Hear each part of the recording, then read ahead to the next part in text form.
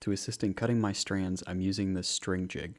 This isn't necessary. You could use 2 nails, pegs, or other convenient points spaced appropriately for the length of your string, and it would work just as well.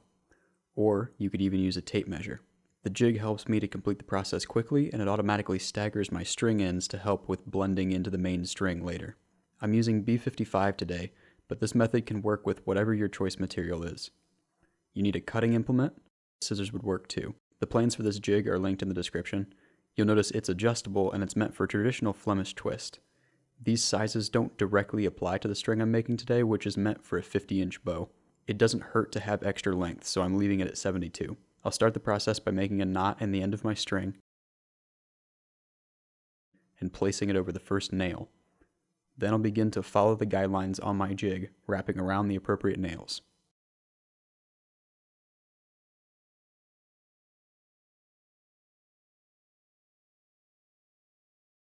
Each pass I make creates 1 strand, and the general rule of thumb for the 60-pound bow that I'm using this on is 14 strands. Now I've used 12 strands for a 65-pound bow with equally good results, but your mileage may vary. Common guidelines can be found in many places and are different based on the string material and the bow in question. My advice is the same with everything I will ever demonstrate. Listen to as many opinions as you can, then determine what works best for you. I'm cutting my first 7 strands here, and since this is a 2-ply string that we're making, I'll just repeat the process to get my second ply. Any type of string wax will work, but I like pure beeswax. I'll take 1 ply at a time and heavily wax their entire length. This not only protects your string, keeping it from fraying, but it also helps keep your strands together while you work. With the plies waxed, I'll line up their ends and find the appropriate length for my loop. This is going to vary based on how big you want your loop, but 10 inches will give me about a 4-inch diameter loop with plenty of string left over to blend back into the main string. To start the reverse twist method, I'm going to twist 1 ply together and wrap it over the second ply, moving in the opposite direction of the initial twist. Then twisting the second ply in the same direction as the first, I'll wrap it over the first ply, again in the opposite direction of the twist, and then it's simply repetition. The idea here is that because the strands are twisted in the opposite direction of the plies, the reverse twist keeps the string from undoing itself.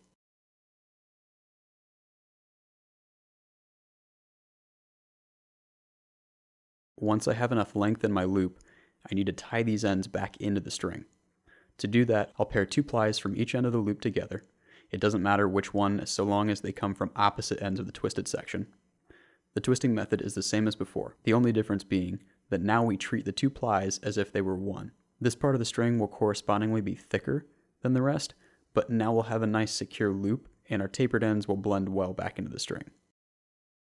Oh, and as you use the reverse twist method, be sure to clear back twist from your plies every so often.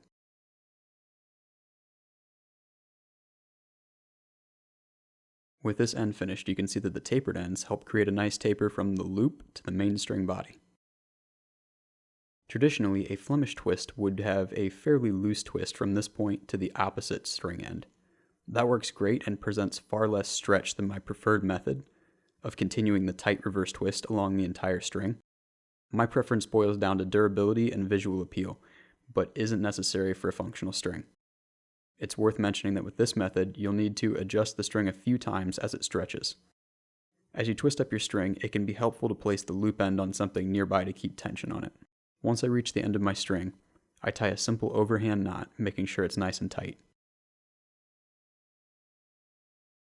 Then I like to come down to this end and clean up all the loose tags with a lighter. You may have been wondering, where's the second loop? Well, I'll show you how I make it using a modified Bowyer's knot. My preferred version is much closer to a tsuru knot and prevents slippage that you might find in a Bowyer's knot or timber hitch. To start, I'll pick a point about 4 inches from my string nock and make a loop that fits over my bow tip. To tie my knot, I'll pass the string end over the string and back up through the loop as if I'm tying an overhand knot. I'll then repeat this a second time. After those 2 passes, I'll do the same thing 2 to 3 times on the opposite side of the loop.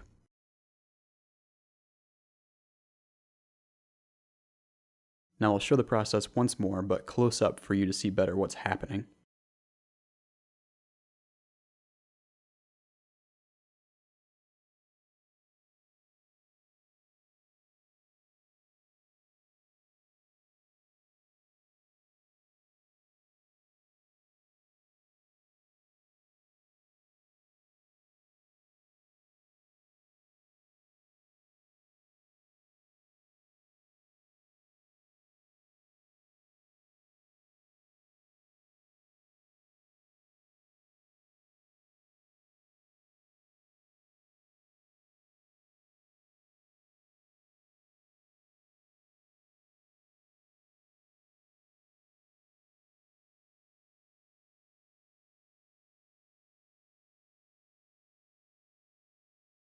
Now I've broken my string in after about 100 shots and adjusted the brace height to where it now sits at 6 inches. A lot of people would trim their string down or even make a permanent loop at this point, but I prefer to leave mine adjustable.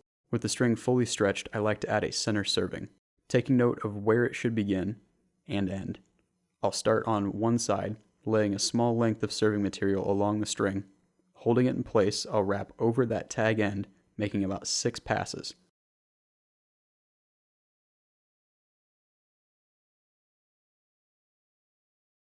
I'll then move the string end out of the way and continue wrapping tightly for the entire length of the serving.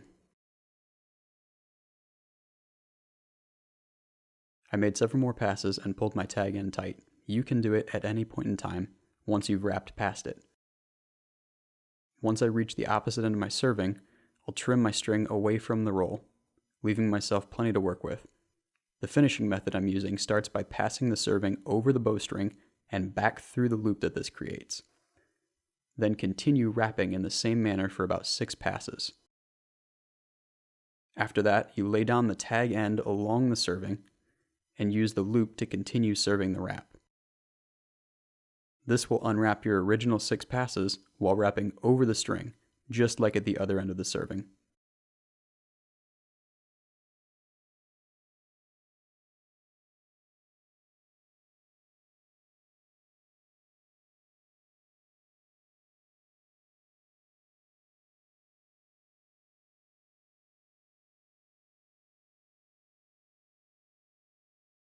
Finally, you can pull this end tight as well. Once finished, you can trim both ends and secure the tags by melting them flat. The serving will reduce string wear, but the increased thickness is also easier on your fingers and can help get a snugger fit with arrow nocks. Now, one last thing that I like to add to some of my strings is a pair of silencers. Fur and yarn are both pretty common, and today I'm using yarn, as you can see. Polyesters will work just as well as natural fibers if that's what you've got. I'm going to start by folding the string several times. The more folds, the thicker the silencer, and the longer the folds, the longer it will be. Once I have a satisfactory number of folds, which for me is about 30, I'll bring my strand to the middle and tie it off a couple of times to keep things in place. Spacing will be based on your bow size, but for this bow I choose to place the silencer about 1 foot from the end of the string. You can see I left myself a little string to mark the location. With the string off the bow, I'll turn out a bit of my twist and fit the silencers between the plies. Then, with them centered, I'll twist the plies back together. With my loops lined up, I can simply cut their ends. I'm trimming mine to size now, but this can be done after shooting in as well. Here they are on the string before shooting.